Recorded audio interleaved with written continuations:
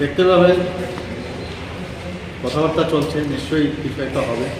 কারণ এইভাবে স্ট্রাইক করে তো কিছু লাভ হবে না, এগুলো করে হয় না, মানুষের সমস্যা হয়, এগুলো তো বিবেচনা করা উচিত। রাস্তার উপর রেল রুকো এসব করে যারা সাধারণ মানুষ তাদের সমস্যা হয়, আমরা দেখছি। আশা করি এটা জানি আমি, যাই হোক এগুলো আমি দেখছি আমি, এবং আমরা সবসময় আমাদের সরকার সংবেদনশীল আপনারা জানেন, এবং আশা করি সব কিছুই নর্মাল হবে।